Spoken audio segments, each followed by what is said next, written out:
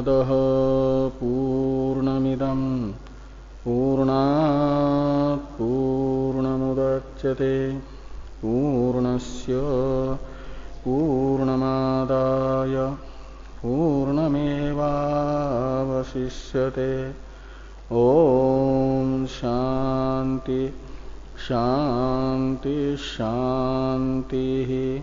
शंकरं शंकराचार्यं केशवं बादरायणं सूत्रभाष्य कृतो वंदे भगवन्तो पुनः पुनः।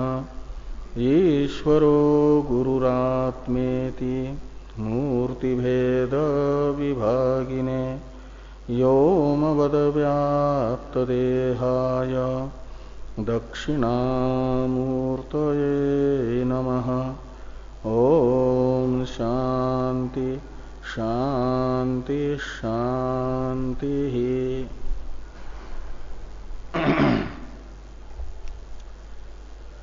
ब्रह्म सूत्र के द्वितीय अध्याय के प्रथम पाद के तृतीय अधिकरण का विचार हम लोग कर रहे हैं। विलक्षणत्व नामक इस अधिकरण के 8 सूत्रों में से तृतीय सूत्र के व्याख्यान रूप भाष्य का विचार हो रहा है। दृश्यते तु यह इस अधिकरण का तृतीय सूत्र है।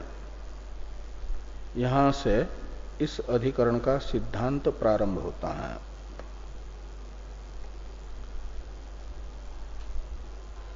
वेद व्यास जी इस अधिकरण के पूर्व पक्षों का आधारभूत जो अनुमान है, जगत न ब्रह्म प्रकृतिकम विलक्षणत्वात्, इस अनुमान के हेतु में कई एक दोष बता रहे हैं। शुरू में व्यभिचार नाम का दोष बताया और फिर विलक्षणत्व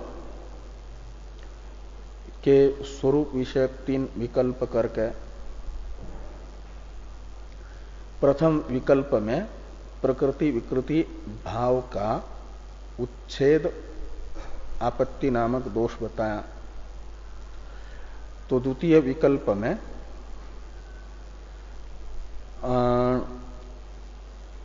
असिद्धि नाम का दोष बताया। तो तृतीय यानी पूर्व पक्ष का अभिष्ट सिद्ध नहीं होगा, द्वितीय विकल्प में ये बताया। और तृतीय विकल्प में ये बताया दृष्टांता सिद्धि नाम का दोष। ऐसे कई एक दोष बता करके फिर आगे ये कह रहे हैं कि ये जो 3 विकल्प विलक्षणत्व रूप हेतु के स्वरूप के विषय में हुए, उनमें तो एक एक में उक्त दोष तो आ ही गए। तीनों विकल्पों में साधारण दोष आगम का विरोध। यहां पर यतो वा इमानि भूतानि जायन्ते येन जातानि जीवन्ति यत् प्रयन्ति अभिसंविशन्ति तद विजिज्ञासस्व तद ब्रह्म, ये श्रुति ब्रह्म तथा जगत का प्रकृति विकृति भाव बता रही है। और विलक्षणत्व के स्वरूप विषयक ये जो तीनों विकल्प हैं, ये तीनों विकल्प कर क्या रहे हैं? ब्रह्म तथा जगत के प्रकृति विकृति भाव का निषेध कर रहे हैं। जो वेद ने बताया हुआ अर्थ है उससे विपरीत अर्थ सिद्ध कर रहे हैं। इन तीनों विकल्पों में से विलक्षणत्व का कोई भी स्वरूप मान ले तो ब्रह्म तथा जगत का प्रकृति विकृति भाव सिद्ध नहीं हो पा रहा है। तो इसलिए वेद विरोध है। तो वेद विरुद्धता एक दोष है जो सभी में आ रहा है। इसे भाष्यकार भगवान ने आगम विरोधस्तु प्रसिद्ध एव, इससे बताया। और कैसे आगम का विरोध है इसे बताने के लिए वाक्य लिखा कि चेतनम ब्रह्म जगतः कारणम प्रकृतिश्च इति आगम तात्पर्यस्य प्रसादितत्वात्। वेद का परम तात्पर्य ब्रह्म तथा जगत के प्रकृति विकृति भाव में बताया गया। इसे सारा जगत जो है उसका अभिन्न निमित्त उपादान कारण ब्रह्म है। इसी में प्रथम अध्याय में समस्त उपनिषदों का तात्पर्य निर्धारण हो गया है। इसलिए उपनिषदों का तात्पर्य विषयभूत जो ब्रह्म तथा जगत का प्रकृति विकृति भाव है उसका विरोध हो रहा है तीनों पक्ष में। इसलिए आगम विरोधस्तु प्रसिद्ध एव ये कहा। यत्तु उक्तम इत्यादि का अवतरण है टीका में। पूर्वोक्तम अनुद्य ब्रह्मणः शुष्क तर्क विषयत्वा संभवात न तर्केण आक्षेप इत्याह यत्तुक्तम इत्यादिना। पूर्वोक्तम अनुद्य यानी पूर्व पक्षी ने अपने पक्ष की सिद्धि करने के लिए जो पहले कहा था, इस अधिकरण के शुरू में तर्क निमित्तक वेदांत समन्वय पर आक्षेप अनुपपन्न है, ऐसा सिद्धांतियों के अनुयायियों ने कहा था।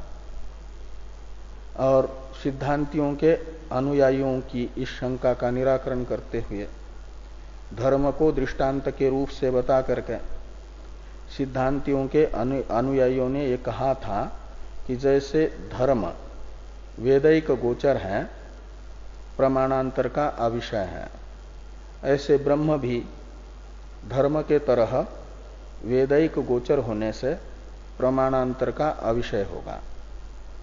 वेद को छोड़ करके किसी प्रमाण का विषय ब्रह्म नहीं बनेगा, तो तर्क प्रमाण का भी विषय ही नहीं बनेगा।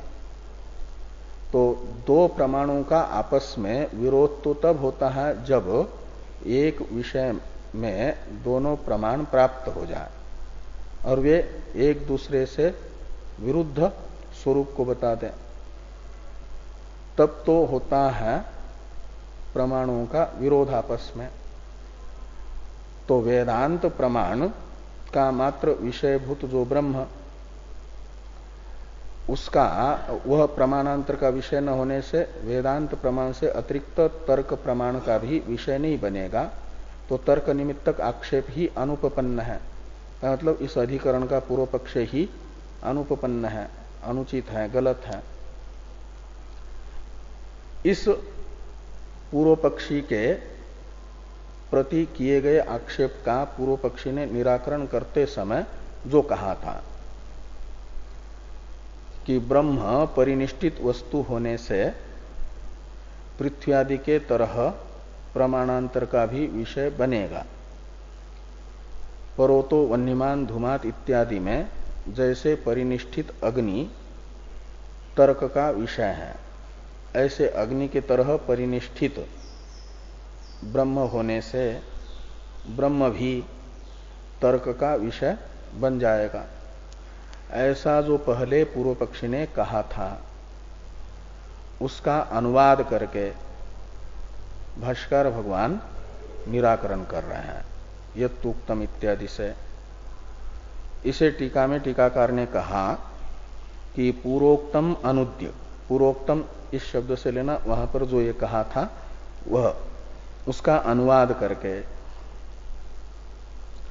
ब्रह्मणः शुष्क तर्क विषयत्वा संभवात न तर्केण आक्षेप इत्याह यत्तुक्तम इत्यादिना।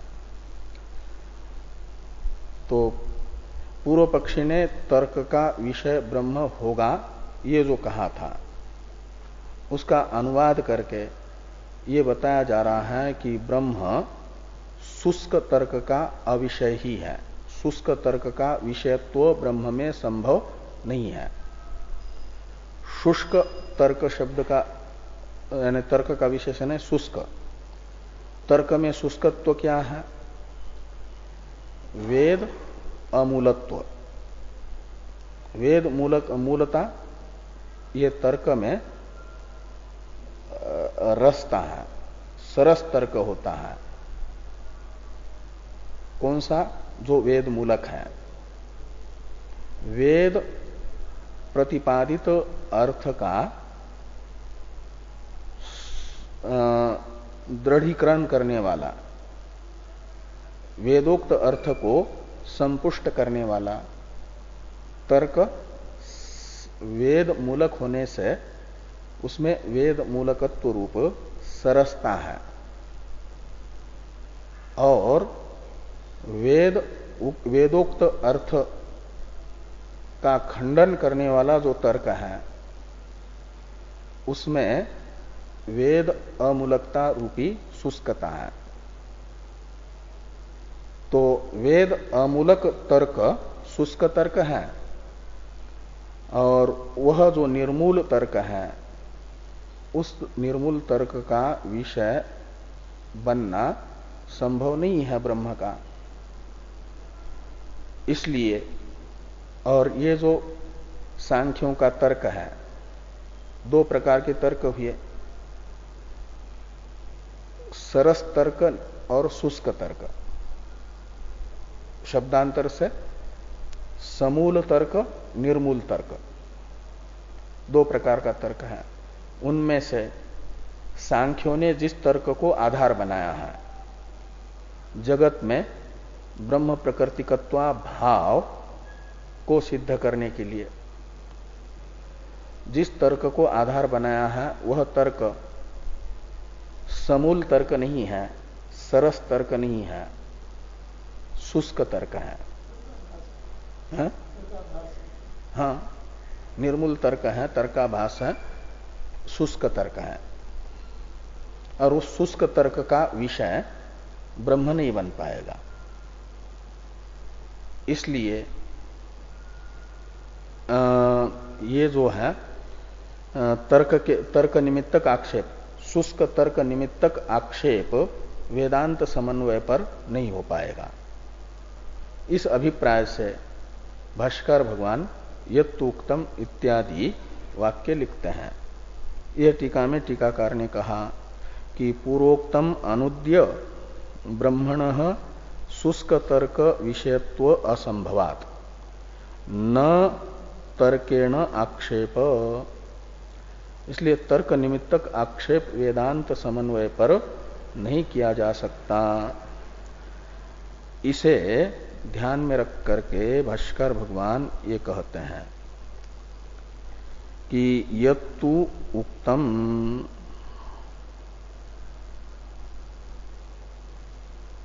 कहां गया, यत्तु उक्तम परिनिष्पन्नत्वात् ब्रह्मणि प्रमाणांतराणि संभवेयु इति। इतना अनुवाद है। पूर्व पक्षी सांख्यों ने जो पहले ये कहा था कि पृथ्व्यादि के तरह ब्रह्म परिनिष्पन्न होने से प्रमाणांतर का विषय बन जाएगा, प्रमाणांतर विषयत्व ब्रह्म में संभव है, ऐसा जो पहले सांख्यों ने कहा था उसके लिए कहते हैं कि तदपि, यानी सांख्यों का यह कथन भी मनोरथ मात्रम, ब्रह्म में प्रमाणांतर का विषयत्व परिनिष्ठित होने से ब्रह्म संभव है, इस प्रकार का कथन उनका मनोराज्य मात्र है। जिस तर्क का वह विषय बनाना चाहते हैं ब्रह्म को, उस तर्क का विषय बन नहीं सकता ब्रह्म, प्रमाणांतर का विषय बन ही नहीं पाएगा ब्रह्म। इसे भाष्कर भगवान स्पष्ट रूप से यहां पर लिखते हैं तो प्रमाणांतर शब्द से वेद से अतिरिक्त सभी प्रमाणों को लेना, और उन प्रमाणों में से किसी भी प्रमाण का विषय ब्रह्म नहीं बनेगा। तो कितने प्रमाण हैं? 6 प्रमाण हैं। प्रत्यक्ष, अनुमान, उपमान, शब्द, अर्थापत्ति, अनुपलब्धि। इनमें से किसी भी प्रमाण का विषय ब्रह्म नहीं बनता, वेद को छोड़ करके। शब्द प्रमाण में वेद रूपी जो शब्द प्रमाण है, और वेद में भी श्रुतिरपि चकितम अभिधत्ते महिमनकार कहते हैं। श्रुति स्वयं भी अपना वाच्यार्थ ब्रह्म को नहीं बता रही है, वो कह रही है कि लक्षणा से बता रही है, लक्षित कराती है। तत्वमशादी वाक्य लक्षणा से ब्रह्म का प्रतिपादन करते हैं, अधिकारी को अनुभव कराते हैं। तत्वमशादी वाक्यों के भी शक्ति संबंध का विषय नहीं बनता ब्रह्म, शक्यार्थ नहीं है, वाच्यार्थ नहीं है। तो शब्द प्रमाण में भी वेद रूपी शब्द प्रमाण से शक्ति से ब्रह्म को नहीं बताया जाता, लक्षणा से बताया जाता है। और बाकी प्रमाणों में से किसी भी प्रमाण से वह सीधा नहीं जाना जाता। इसे भाष्यकार भगवान कह रहे हैं। तो पहला प्रमाण जो प्रत्यक्ष प्रमाण है, प्रत्यक्ष प्रमाण है इंद्रिया। तो इंद्रियों का विषय ब्रह्म नहीं है, प्रत्यक्ष प्रमाण का विषय नहीं है। क्यों? तो कहते रूपाद्यभावात ही नायम अर्थ प्रत्यक्षस्य गोचरः। अयम अर्थ शब्द से लेना ब्रह्म को। तो ये जो ब्रह्म है, वेदांत के परम तात्पर्य का विषयभूत ब्रह्म, जगत का विवर्त उपादान भूत जो ब्रह्म है, वह प्रत्यक्ष प्रमाण का गोचर नहीं है, विषय नहीं है। प्रत्यक्ष प्रमाण है इंद्रिया, उनका विषय नहीं है। क्यों कहते? रूपाद्यभावात। इंद्रियों में जो बाह्य पंच ज्ञानेन्द्रिया है, उनमें से चक्षु नाम का जो प्रत्यक्ष प्रमाण है, चक्षु नाम की इंद्रिय है, वह रूप या रूपवान द्रव्य का मात्र ग्रहण करती है। ब्रह्म तो न तो रूपात्मक है न तो रूपवान है, इसलिए रूप का अभाव ब्रह्म में होने से चक्षु इंद्रिय का विषय ब्रह्म नहीं होगा। श्रोत्र इंद्रिय शब्द की मात्र ग्राहक है, ब्रह्म तो शब्दात्मक नहीं है, इसलिए शब्द का विषय नहीं बने, क्या नाम, श्रोत्र इंद्रिय का विषय नहीं बनेगा। घ्राण इंद्रिय गंध, सुगंधी या दुर्गंधी रूप जो गंध है उसका मात्र ज्ञान कराती है। ब्रह्म गंधात्मक न होने से घ्राण इंद्रिय का विषय नहीं बनेगा। स्पर्श या स्पर्शवान द्रव्य का ज्ञान कराती है त्वग इंद्रिय। तो ब्रह्म स्पर्श से रहित होने से त्वग इंद्रिय ग्राह्य भी नहीं होगा। ब्रह्म का स्पर्श से ज्ञान नहीं हो पाएगा त्वग इंद्रिय से। और रसन इंद्रिय तो मधुर, कटु, लवण, तिक्तादि जो रस है उसकी ग्राहक है। ब्रह्म तो रसात्मक नहीं है, जो मधुरादि रस है तदात्मक नहीं है, इसलिए रसन इंद्रिय का विषय नहीं होगा। तो बाह्य इंद्रियों का तो अविषय हुआ। और कर्मेंद्रिया जो है उनका तो विषय होता है क्रिया, व्यापार। तो ब्रह्म तो क्रियात्मक नहीं है, इसलिए कर्मेंद्रियों का भी विषय नहीं होगा। तो कर्मेंद्रिया तथा इन बाकी विषयों से क्या कर्म इंद्रियों के भी विषयत्व से तथा ज्ञान इंद्रियों के भी विषयत्व से रहित है ब्रह्म। तो प्रत्यक्ष प्रमाण का विषय नहीं बना। मन भी तो एक प्रत्यक्ष प्रमाण के अंदर आएगा, इंद्रिय होने से अंतर इंद्रिय है, वह सुख दुखादि का ज्ञान कराता है। श्रुति कहती है यतो वाचो निवर्तन्ते अप्राप्य मनसा स, वह मन को भी मनन करने का सामर्थ्य प्रदान करने वाला है। इसलिए यन मनसा न मनुते येन आहुर मनोमतम तदेव ब्रह्मत्वम विद्धि। यह श्रुति वचन ये बताता है कि जो मन से ग्राह्य नहीं है, मन का अविषयत्व है, उसमें मनो अविषयत्व बताया। तो यही प्रत्यक्ष प्रमाण है। रूपादि से रहित ब्रह्म होने से प्रत्यक्ष प्रमाण का अगोचर है। ये भाष्कर भगवान ने कहा रूपाद्य अभावात ही नायम अर्थ प्रत्यक्षस्य विषय गोचर है। तो कहा भले ही प्रत्यक्ष प्रमाण का विषय न हो रूपादि रहित होने से, अनुमान प्रमाण का विषय बन जाएगा। तो कहते अनुमान प्रमाण का भी विषय नहीं बन सकता। क्यों? तो कहते लिंगाद्य अभावाच्च न अनुमानादि नाम, पूर्व वाक्य से गोचर पद को ले आना, न गोचर अनुमानादि नाम। लिंग और आदि शब्द से सादृश्य ये सब लेना।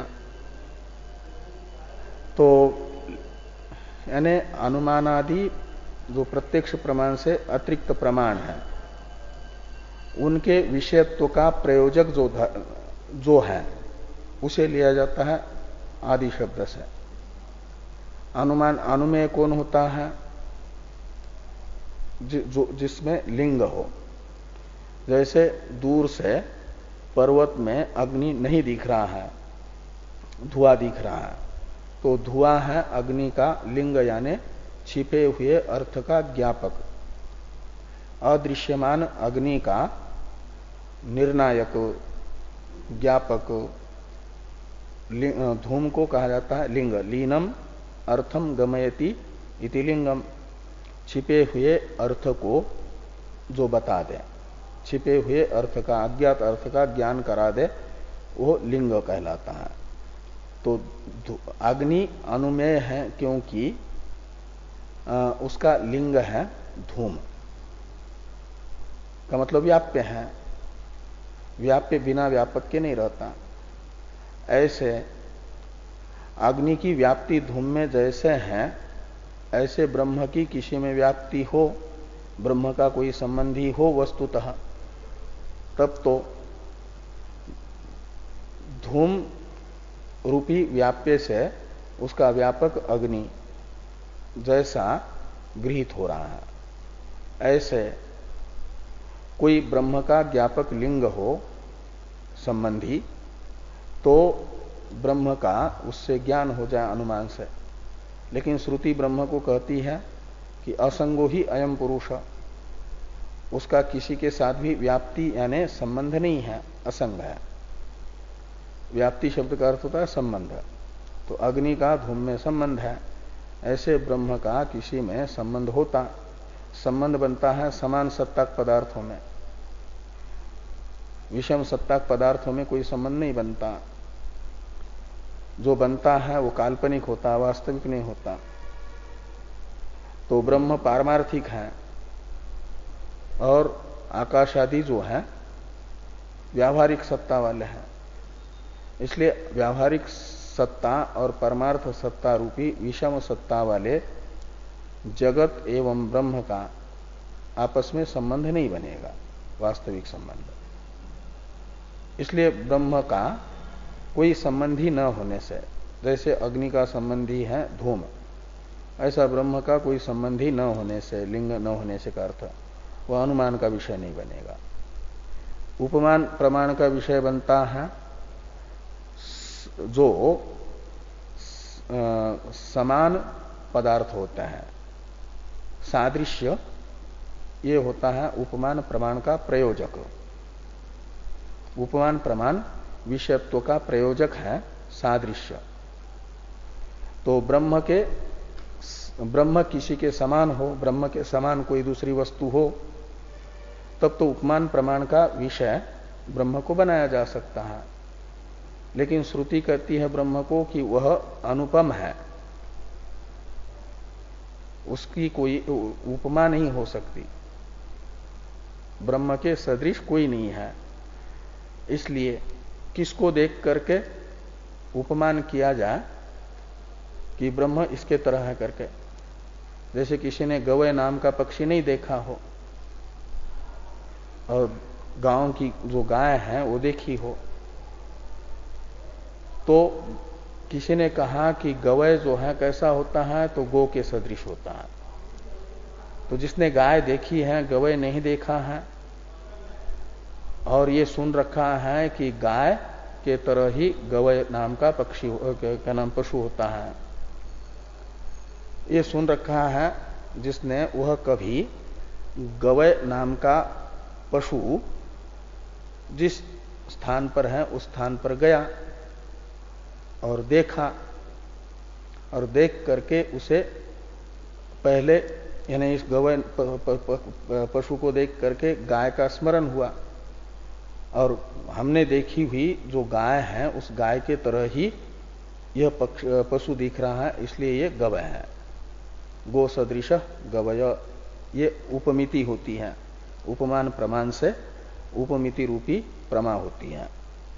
ये तब होती है जब कोई सदृश पदार्थ हो। ऐसे ब्रह्म के सदृश कोई हो, उसको पहले देखे, तब उपमान प्रमाण से ब्रह्म उसका विषय बने। लेकिन श्रुति तो ब्रह्म को अनुपम कह रही है, उपमा रहित कह रही है। और अर्थापत्ति प्रमाण का भी विषय बनता है एक प्रकार से वह जो किसी का संबंधी हो, किसी न किसी प्रकार से कोई संबंध बने। लेकिन ब्रह्म का संबंध न होने से, जैसे दिन में न खाते हुए पीनत्व रात्रि भोजन के बिना अनुपन्न है, तो रात्रि भोजन दिन में न खाते हुए पीनत्व के द्वारा जाना जाता है, उसे कहा जाता है अर्थापत्ति प्रमाण से ज्ञात। ऐसे कोई ऐसा वास्तविक पदार्थ हो जो ब्रह्म के बिना अनुत्पन्न हो, तो फिर और अनुभव में आ रहा हो, तो कहा जा सकता है कि ब्रह्म के बिना अनुपपन्न ये जो वास्तविक पदार्थ है वह ब्रह्म के बिना अनुपन्न है, लेकिन अनुभव में आ रहा है, तो इसका उपपादक उपगमक ब्रह्म है। ऐसी अर्थापत्ति हो सकती है, लेकिन ऐसा कोई वास्तविक पदार्थ है नहीं, और इसलिए अर्थापत्ति प्रमाण का विषय नहीं बनेगा। अनुपलब्धि प्रमाण का विषय ब्रह्म बनता है, संभव नहीं है। अनुपलब्धि प्रमाण तो अभाव को विषय बनाता है, ब्रह्म भावात्मक है, सत है। और पौरुषे वचन का भी, स्वतंत्र पौरुषे वचन का भी वो विषय नहीं है स्मृति का, और वेद का भी वाच्यार्थ नहीं है। इसलिए वह तत्वमशादि वाक्यों से लक्षित होता है उत्तम अधिकारी को। सहसा कोई भी प्रमाण ब्रह्म को विषय नहीं बनाता, क्योंकि सभी प्रमाणों को प्रमेयों के ज्ञापन का सामर्थ्य उसी से मिल रहा है। इसलिए अपने अपने प्रमेयों का ज्ञापन सामर्थ्य यानी प्रमाणत्व अपने में प्राप्त जिससे कर रहे हैं प्रमाण, उसे सीधे नहीं बता पाएंगे कोई भी प्रमाण। ये भाष्कर भगवान ने यहां पर कहा कि लिंगादि अभावाच्य न अनुमानादि नाम गोचरः, अयम अर्थ, इधर ले आना कि अयम अर्थ अनुमानादि नाम न गोचरः। आगम मात्र समधिगम्य ये वतु अयम अर्थो धर्मवत। तो अयम अर्थ यानी ब्रह्म तो आगम मात्र समधिगम्य है, यानी वेदिक गोचर है। और वेद का भी गोचर यानी विषय ब्रह्म बनेगा तो शक्ति संबंध से नहीं, लक्षणा से। तो आगमयिक गोचरत्व ब्रह्म में बताने के लिए दृष्टांत है धर्मवत। जैसे धर्म वेद मात्र का विषय है, अन्य प्रमाण का नहीं, ऐसे ब्रह्म भी वेद मात्र का विषय बनेगा, अन्य प्रमाण का विषय नहीं बनेगा। आगे हैं ये जो थोड़ी एक वाक्य टीका में है, इसको देखिए। रूपाद्य अभावादि नायम अर्थ प्रत्यक्षस्य गोचर, यहां से लेकर के धर्मवत यहां तक के वाक्यों का अर्थ बता रहे हैं टीकाकार। लिंग सादृश्य पद प्रवृत्ति निमित्तानाम अभावात अनुमान उपमान शब्दानाम अगोचर। अनुमान प्रमाण, उपमान प्रमाण और शब्द प्रमाण का अगोचर ब्रह्म है। क्यों अनुमान का अगोचर क्यों है? तो कहते लिंगाभावात। उपमान का अगोचर क्यों है? तो सादृशाभावात। और शब्द का अगोचर क्यों है? तो पद प्रवृत्ति निमित्ताभावात। पद का प्रवृत्ति निमित्त होता है जाति क्रिया गुण संबंध, ये है पद प्रवृत्ति निमित्त। और इन पद प्रवृत्ति निमित्तों में से एक भी पद प्रवृत्ति निमित्त ब्रह्म में नहीं है। कोई जाति नहीं है ब्रह्म में, जैसे घटत्वादि जातियां होती है ऐसी, इसलिए जाति रूप प्रवृत्ति निमित्त से रहित है। तो क्रिया भी नहीं है, श्रुति ब्रह्म को निष्क्रिय बता रही है, इसलिए क्रिया रूप प्रवृत्ति निमित्त से भी रहित है। और निर्गुण होने से गुण रूपी प्रवृत्ति निमित्त से भी रहित है। और असंग होने से संबंध रूपी प्रवृत्ति निमित्त से भी रहित है। तो पद प्रवृत्ति निमित्त शब्द से इन चारों को लेना, और इन चार में से एक भी ब्रह्म में न होने से ब्रह्म शब्द का भी अगोचर है।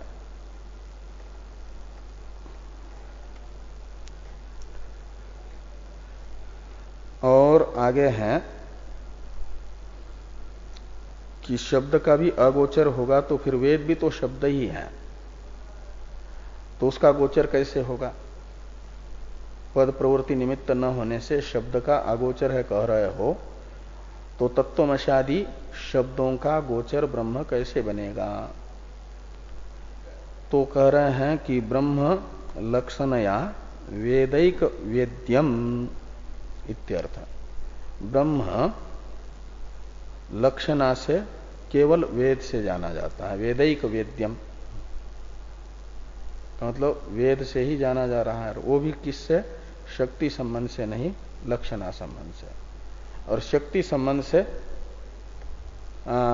पद से पदार्थ को जानने के लिए ये प्रवृत्ति निमित्त होना जरूरी होता है। जाति क्रिया गुण संबंध जिन पदार्थों में है, ऐसे पदार्थों का ही पद के शक्ति संबंध से ज्ञान होता है, उसे शक्यार्थ या वाच्यार्थ कहा जाता है। इसलिए ब्रह्म किसी भी वेद के वाक्य का वाच्यार्थ नहीं है।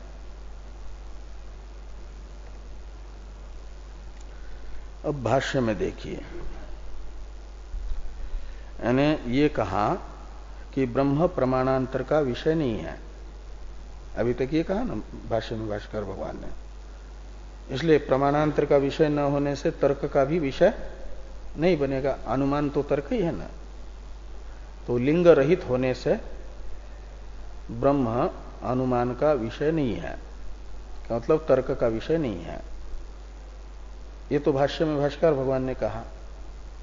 लेकिन ब्रह्म अनुमेय नहीं है, इसे बताने के लिए कोई वेद वचन भी तो चाहिए। क्योंकि वैदिक लोग किसी भी पुरुष विशेष के वचन को तभी प्रमाण मानते हैं जब वह वेद मूलक हो। तो भाष्कर भगवान का जो ये वाक्य है कि लिंगाद्यभावात न अनुमानादि नाम गोचर, ब्रह्म लिंगादि से रहित होने से अनुमानादि का अविषय है, यह भाष्यकार का वाक्य प्रमाण वैदिकों के लिए तब होगा जब वेद ये बता दे कि ब्रह्म अनुमानादि का विषय नहीं है। तब वैदिक लोग भाष्यकार भगवान के इस वाक्य को प्रमाण के रूप में स्वीकार करेंगे। इसलिए भाष्यकार भगवान कह रहे हैं कि हमने जो कहा उसका प्रतिपादन श्रुति ने पहले से ही किया है, इसलिए हम तो श्रुति अर्थ को मात्र प्रकट कर रहे हैं कि तथा च श्रुति नैसा तर्केन मतिरापनीया प्रोक्तान्यनैव सुज्ञानाय प्रेष्ठ इति को अद्धा वेद क इह प्रवोचत इयं विसृष्टिर यत आ बभूव इति च येते ऋचौ सिद्धानाम अपि ईश्वराणाम दुर्बोधताम जगत कारणस्य दर्शयतः। ये दो मंत्र बताए, कठोपनिषद का और ऋग्वेद संहिता का, ये दो ऋचाएं हैं। ये क्या बता रही हैं? तो ये बता रही हैं कि जगत का कारण जो ब्रह्म है वह जो सिद्ध ईश्वर लोग हैं, समर्थ और साधना करके जो सिद्ध हुए हैं, उनको भी सहसा समझ में नहीं आता जगत के कारण का स्वरूप, उनके लिए भी दुर्बोध है। जगत कारणस्य दुर्बोधताम, किनके लिए? जो साधना करके सिद्ध हुए हैं। इसलिए यतताम अपि सिद्धानाम कश्चिन माम वेत्ति तत्वतः, कहते हैं यत्न करने वाले जो सिद्ध लोग हैं, साधक हैं, और साधना करके यानी अपनी साधना से निवर्त्य जो दोष हैं उन दोषों से रहित हो गए हैं, जिनकी साधना सिद्ध हो गई है, साधना का फल अंतःकरण की शुद्ध्यादि प्राप्त कर लिए हैं जो लोग, उनमें भी सभी के सभी जगत के कारण को समझने में समर्थ नहीं होते, सहसा अनायास उनको भी जगत के कारण का वास्तविक स्वरूप समझ में आना कठिन है। इसके लिए कहते हैं सिद्धानाम अपि ईश्वरानाम दुर्बोधताम जगत कारणस्य दर्शयतः। और ये कौन कह रहा है? भाष्कर भगवान कहते हैं कि मैं नहीं कह रहा हूं, यहां कर्ता अपने आप को नहीं बताया। दर्शयतः क्रिया का कर्ता है ऋचौ, यानी श्रुति मंत्र ऋचाएं, ये दोनों ऋचाएं, दर्शयत द्विवचन है, ये दोनों ऋचाएं ये बता रही हैं कि साधना करके जो सिद्ध हो गए हैं और ईश्वर यानी समर्थ है, ऐसे व्यक्ति को भी जगत के कारण का स्वरूप सहसा समझ में नहीं आता, कठिन है समझना। ऐसा ये वेद के दो मंत्र बता रहे हैं।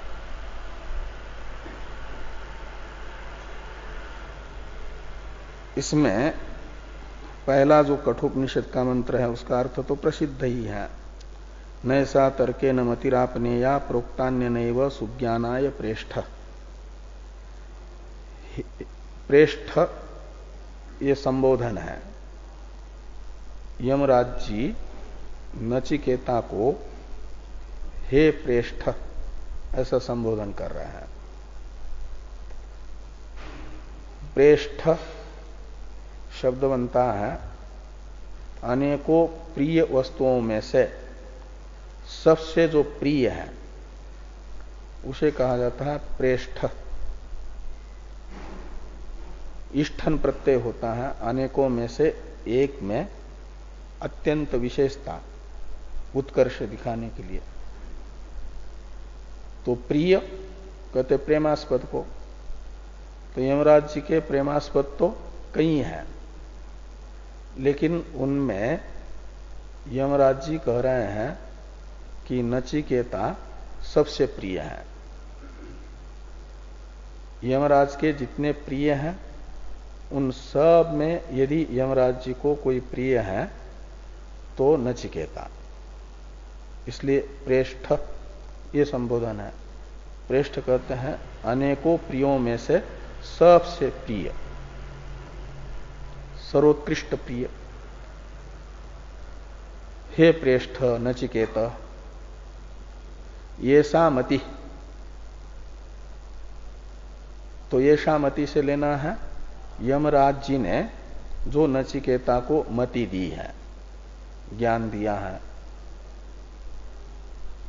कहते हैं कि यह मति तर्केन न आपनेया, तुम यदि तर्क से मात्र प्राप्त करोगे, करना चाहोगे इस ज्ञान को, तो न आपनेया, आपली व्याप्तो धातु है प्राप्ति अर्थ में, तो न प्रापनिया, नापनिया का अर्थ है, तो प्राप्त करने योग्य नहीं है। केवल तर्क से यह आत्म विषयक ज्ञान प्राप्त करना संभव नहीं है। आत्म का अर्थ हुआ कि आत्मा तर्क का विषय नहीं है। हे प्रेष्ठ नचिकेत, मैंने न जायते म्रियते वा विपश्चिन नायम बभुव इत्यादि वो जो से आत्म तत्व का निरूपण किया, षड भाव विकारों से रहित। वह जो आत्म तत्व है और जिस आत्म तत्व को तुमने मेरे से जाना है, मेरे से जिस आत्म तत्व विषयक ज्ञान प्राप्त किया है, वह ज्ञान, वह आत्मा तर्क का विषय नहीं है, तर्क का गोचर नहीं है। उसका ज्ञान यदि तर्क का गोचर होगा तो तर्क से भी ज्ञान होगा। इसलिए कहा जा रहा है कि ये तर्क न ऐसा मति न आपने, आत्म विषयक ज्ञान तर्क से प्राप्त नहीं हो सकता।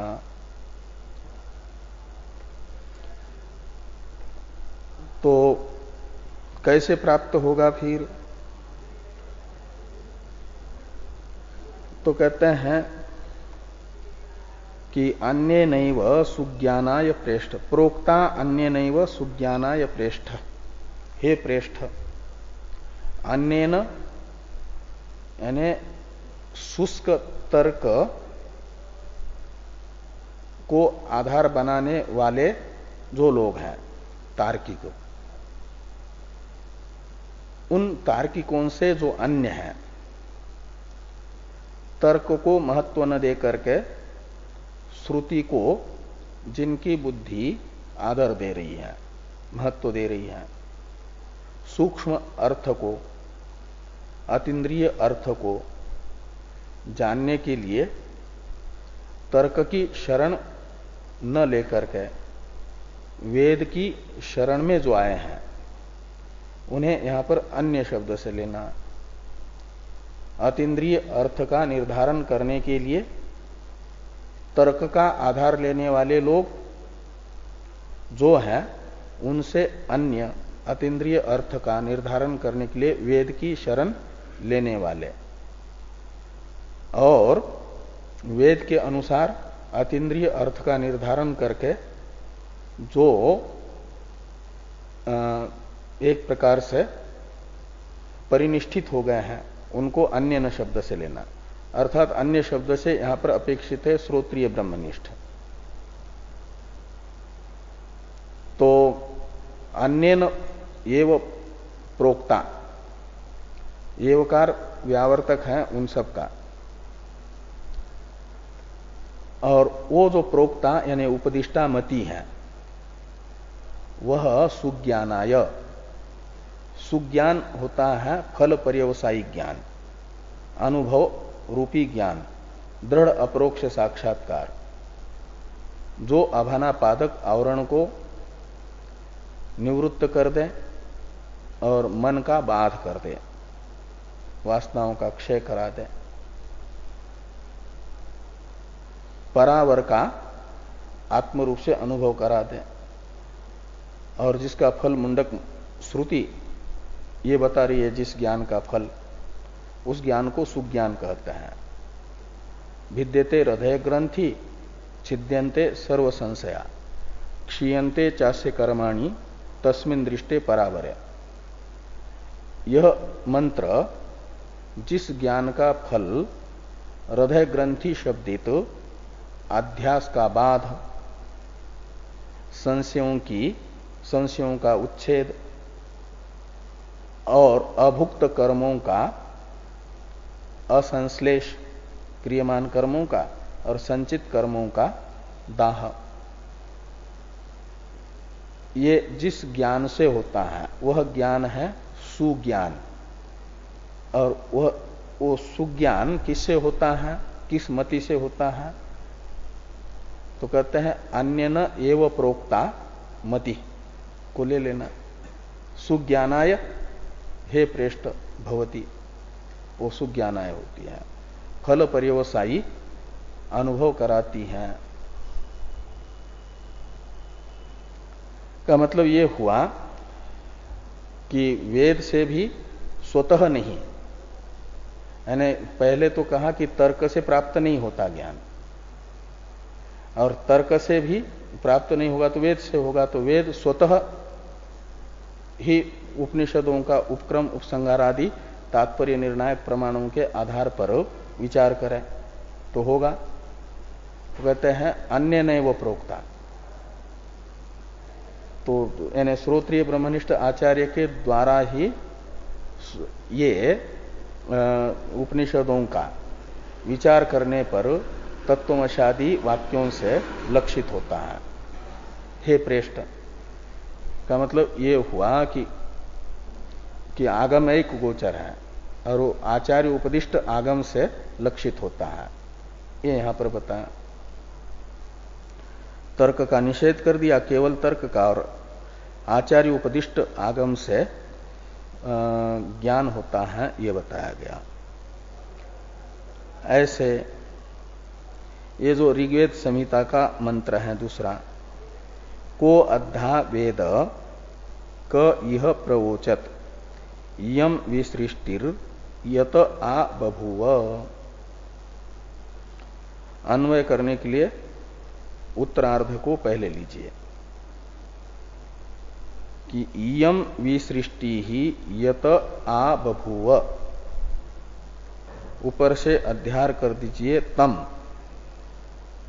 अद्धा को वेद, ऐसा अन्वय करिए। विसृष्टि का अर्थ है विलक्षण सृष्टि, विविध रूपा सृष्टि। ये जो विविध रूपा सृष्टि है ये जिससे हुई है, विसृष्टि यानी विलक्षण सृष्टि, विचित्र जगत जिससे उत्पन्न हुआ है। तो यत तदोर नित्य संबंध, इसलिए यतः शब्द का प्रयोग होने से ऊपर से अध्यार कर दीजिए तम का।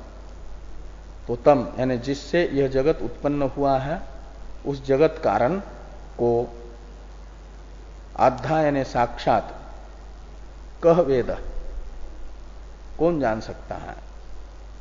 तो यह श्रुति ये बता रही है कि सहसा सिद्ध ईश्वरों का भी जगत कारण को जानना कठिन है, जगत कारण का ज्ञान उनको होना कठिन है।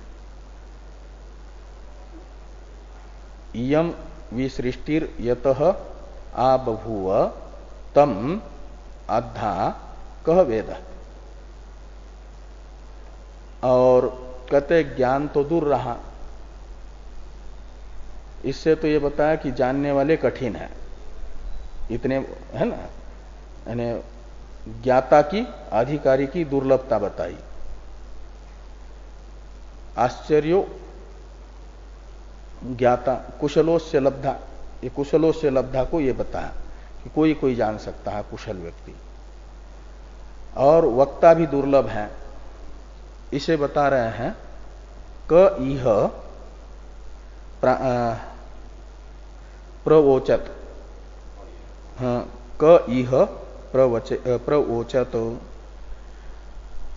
तो इधर भी ले लीजिए कि यम विसृष्टिर यत आबभुव तम इह कह प्रवोचत, ऐसा लगा दीजिए। प्रवोचित का मतलब बता सके।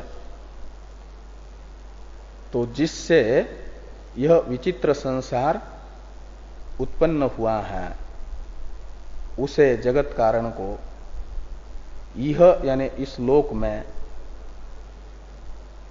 कार्यक्रम संघात में ही आत्माभिमान करके अपने आप को तदात्मक ही अनुभव करने वाला देहात्माभिमानी कौन बता सकता है। देह में आत्माभिमान करके कोई भी जगत के कारण का उपदेश नहीं कर सकता, यथार्थ स्वरूप नहीं बता सकता। का मतलब ये हुआ कि जो तत्वनिष्ठ है, ब्रह्मनिष्ठ है, वही जो अन्य न प्रोक्ता, तो कोई कोई ही तत्वनिष्ठ आचार्य जगत के कारण को बता सकते हैं ठीक से, नहीं तो प्रधानादि को ही जगत के कारण के रूप में बता देते हैं कि सुख दुख मोहात्मक जगत की प्रत्येक वस्तु भास रही है, इसलिए जगत का कारण जो है सुख दुख मोहात्मक ही है। त्रिगुणात्मक जगत है तो त्रिगुणात्मक ही जगत का कारण भी है। जगत जड़ है तो जगत का कारण भी जड़ ही प्रधान होगा। ऐसा ही फिर बता पाएंगे जो तत्वनिष्ठ नहीं है। तो ये हुआ कि यम विसृष्टिर यत आबभूव तम इह कह प्रवोचत। टीका में टीकाकार इन दोनों श्रुतियों का अर्थ कर रहे हैं। दूर तक अर्थ है, टीका में 3-4 पंक्तियां हैं, इस पर चर्चा हम लोग कल करते हैं।